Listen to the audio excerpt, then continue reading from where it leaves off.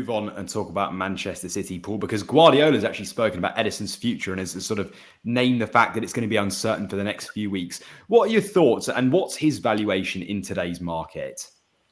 His valuation is what anyone's willing to pay for him. And if the Saudi market are coming in for him, his valuation is a lot more than anyone else would want to pay for him. I think listen, they've got a good goalkeeper there as a number 2 in Ortega. I think he's done excellently well last season. But he wasn't quite as clear cut, was he, Pep Guardiola, with his answer in the press conference about Ederson. He said, look, he's got a decision to make. He's had other offers, as he was with Kevin De Bruyne. The Kevin De Bruyne situation, he was asked about that, and it was a flat no, he's not leaving this summer. Whereas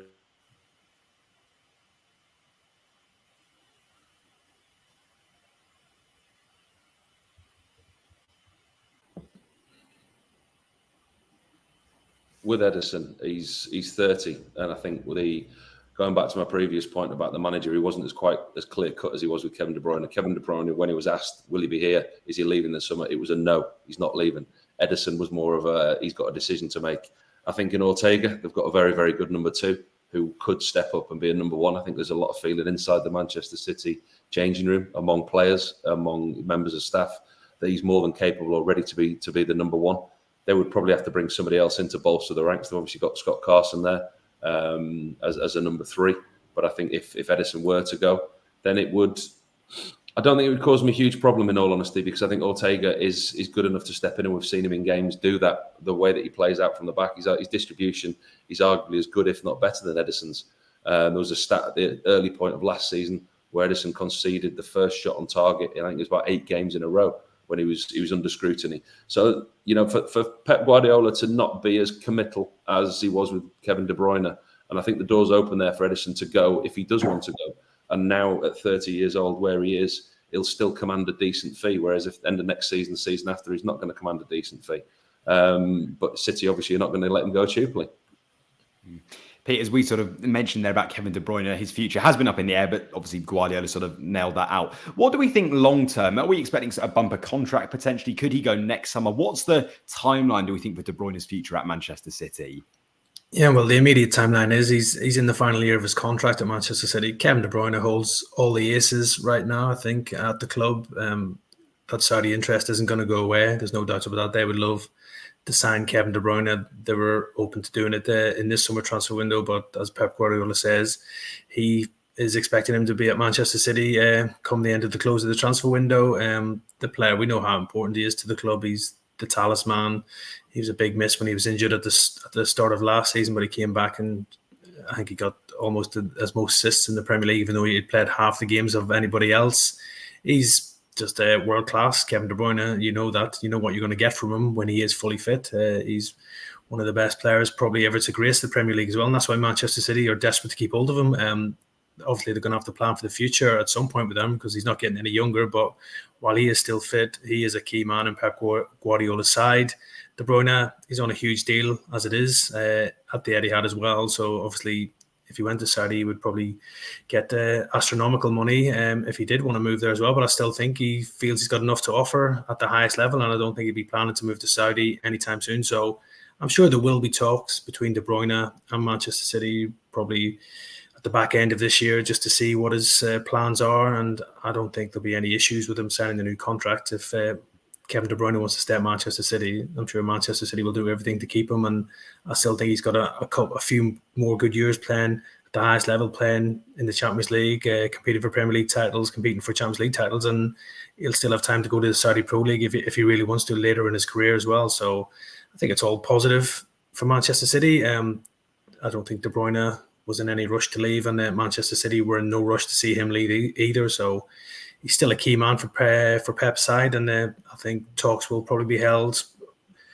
probably closer to December time. And I don't imagine there'll be any major issues in coming to an agreement between both parties. But if Kevin De Bruyne wants to, he could run down his contract and leave on a free transfer and get a huge signing on fee if he was to move to the Saudi Pro League, if that was his thinking. And I don't think Manchester City could have any gripes with that either, because he's been such a great servant to the club as well. But I do think there's a mutual understanding between all parties at City that they want Kevin De Bruyne to stay, and I'm sure Kevin De Bruyne will stay if a suitable offer is made for him as well. The Saudi Pro League's not going anywhere, is it? I mean, that's going to be around for him for as long as he wants it. I mean, you look at the likes of Mo Salah, who's been touted to go there for a while. You look at players that have gone there at certain ages and points of the career.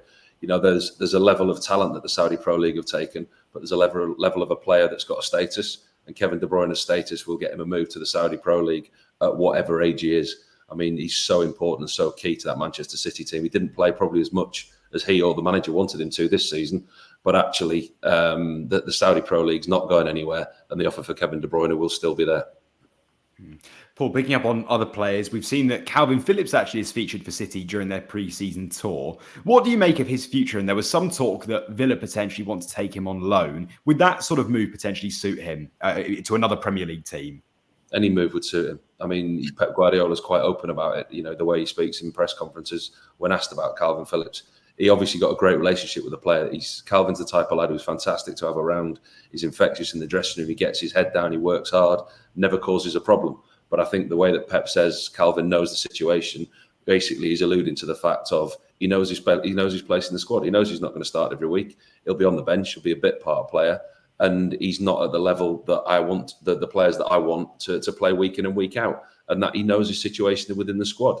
And for somebody of Calvin at his age, I think it's really important for him and his career that he gets out and plays. I spoke quite openly about his move to West Ham. I thought that was just a great move for all parties. And it just didn't work, did it? From the mistake on his debut to then the red card, struggled to get in the squad, and it just never worked for him. I actually thought that move would have pushed his into the Euro squad because of what Gareth Southgate thought of the player. But he's still got the opportunity to do that. His future's clearly not at Manchester City. His future's elsewhere. Whether that's on a loan, I personally wouldn't like that. Been in Calvin's situation, I think a permanent move for him would be the ideal situation. But football's not an ideal world all the time. You know, there's certain clubs that don't have the finances to do these deals. And with the FFP and PSR, a loan deal might be the way forward. But a loan with an obligation to buy at some point, I think, so the player can settle, so the player knows where his future is, and he can, you know, really find a home somewhere. Because I think that's what he needs. He's obviously got a manager that likes him, but he needs to get a manager that likes him, that plays him every week, that loves him, and his man management, he can get back to the level that when he was England's Player of the Year. Because, you know, that doesn't leave you that quickly. But his place is not at Manchester City. For me, I feel a permanent move would suit him a lot better, but finances dictate. You've just watched a segment from Football Insider's brand new podcast, The Inside Track, with me, Lewis Pearce, alongside the guests on the show. Thanks very much for tuning in. Please do give the video a like, comment your thoughts on the topic, and feel free to share on your social media pages. If you want to listen to the full podcast episode, click the link in the description below.